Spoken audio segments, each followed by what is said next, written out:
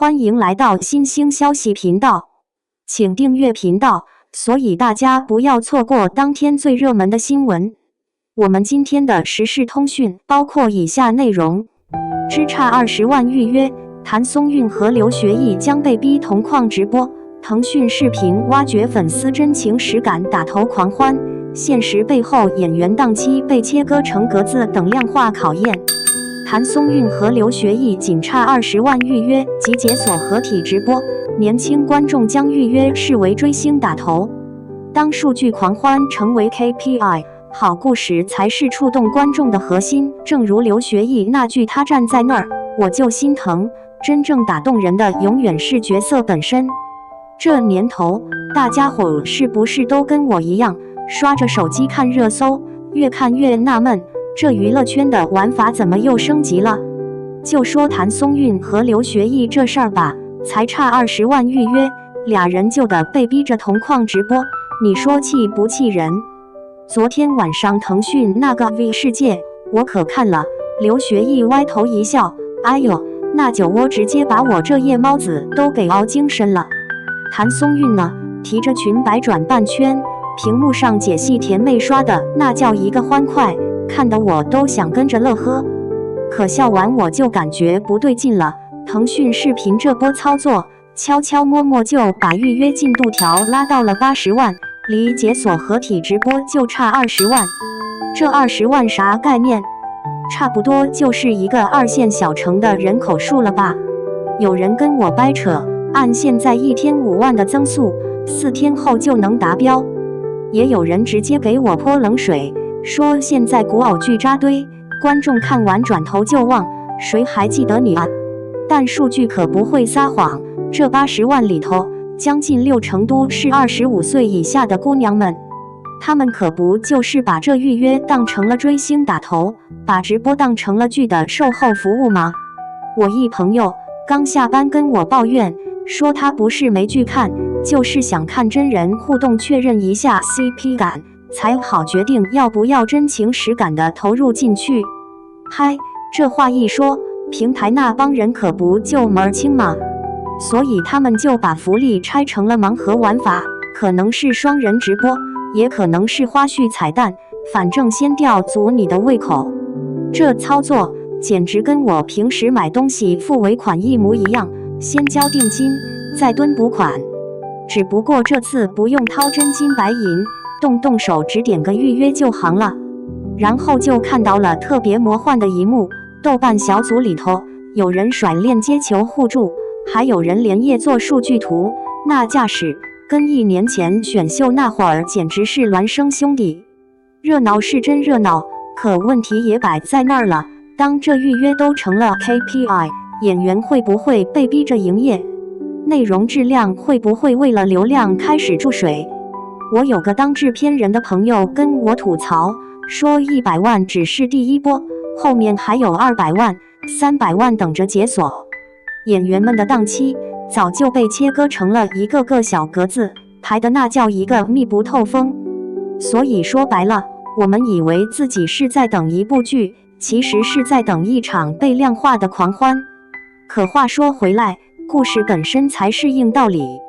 前2天譚松韻那古裝哭戲路透一出來，點讚量直接破100萬，我都跟着點了個讚。劉學義那句"他站在那兒，我就心疼"，書粉們聽了都直呼貼臉。好的角色永遠比那些冰冷的數據更快地觸動觀眾的心，數據只是給這份心動按下了加速鍵。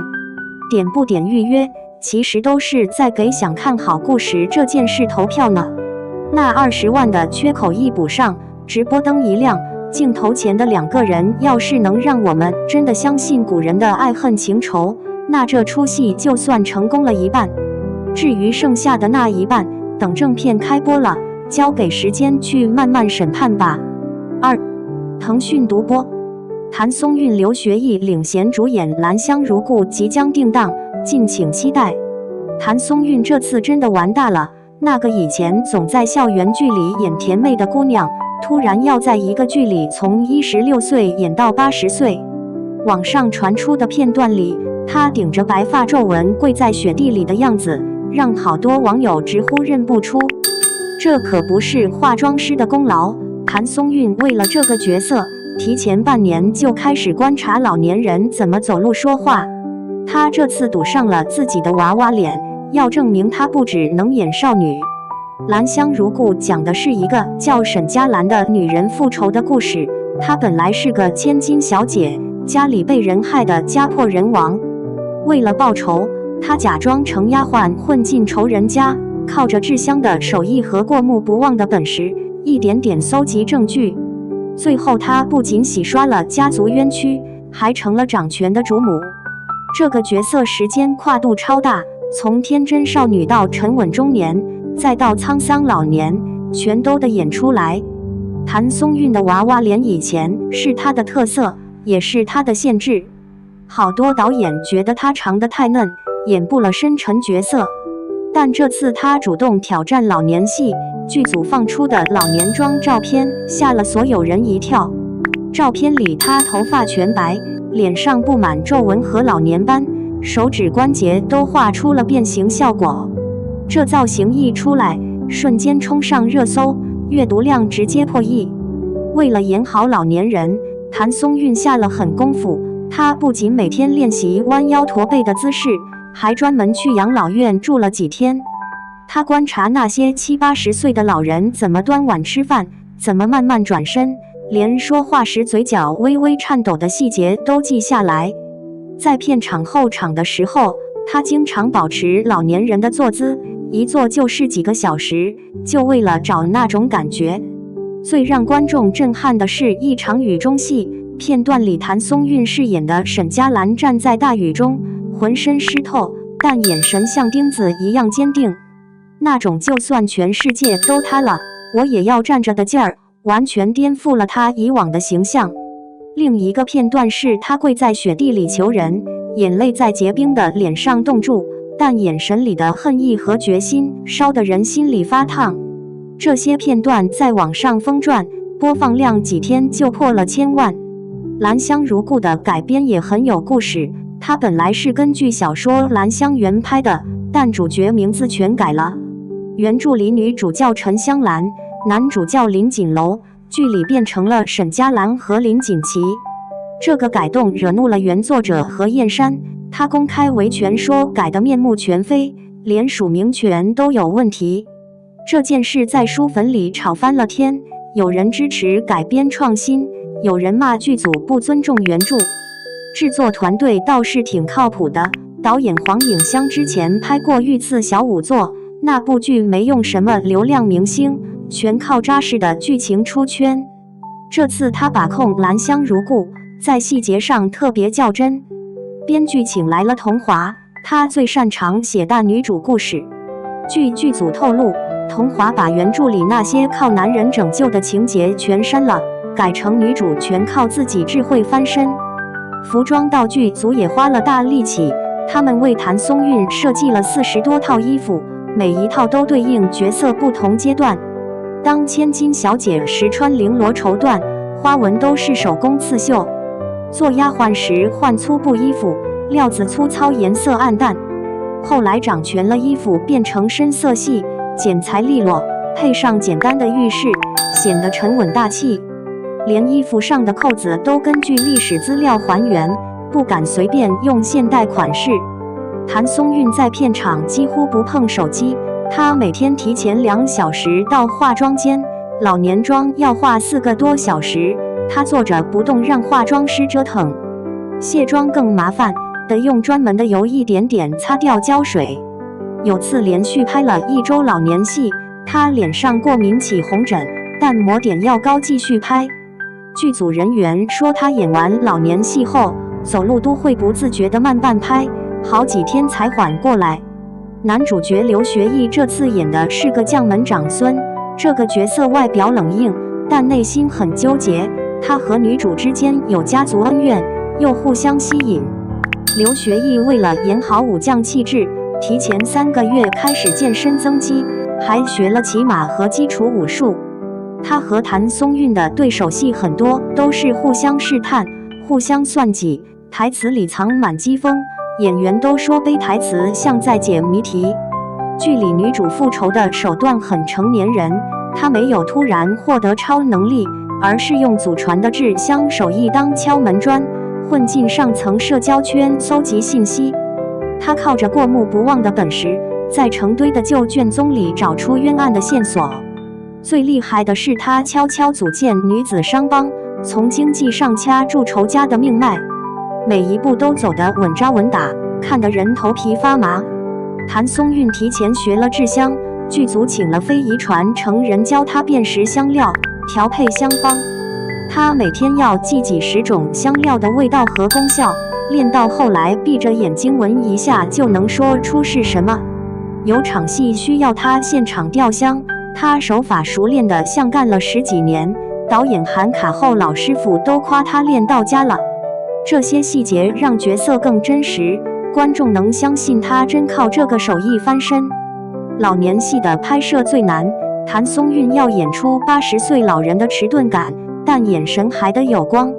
有場戲是她老年時回憶起年輕時的愛人，鏡頭從她滿是皺紋的臉慢慢推到眼睛，那雙眼睛裡瞬間閃過少女般的柔情，然後恢復滄桑。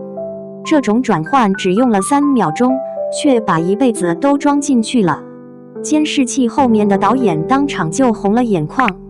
劇組搭建了大量實景，女主家族的香鋪、仇家的宅院、丫鬟住的通鋪房間，全是按歷史資料復原的。連桌子上擺的賬本都是手寫的，用的紙墨都盡量仿古。導演說不想靠特效糊弄觀眾，實景才能讓演員真正沉浸進去。譚松韻說，第一次走進那些院子時，感覺自己真的穿越到了那個年代。音樂團隊也提前介入，他們根據女主不同人生階段創作主題旋律。少女時期用輕快的笛子，遭遇變故後加入沉重的鼓點，復仇階段用懸疑感的弦樂，掌權後變成大氣的管弦樂。配樂老師跟組拍攝，根據現場表演調整音符，有時候為了一場戲要改10幾版。預告片裡的那段音樂一出來，譚木全在誇高級。譚松韻的轉型不是突然的，她之前就在《錦衣之下》以家人之名裡試過不同角色，但娃娃臉總讓觀眾覺得她還在演妹妹。這次她主動要求加老年戲，制片人起初擔心她撐不住，但她試妝後所有人都不說話了。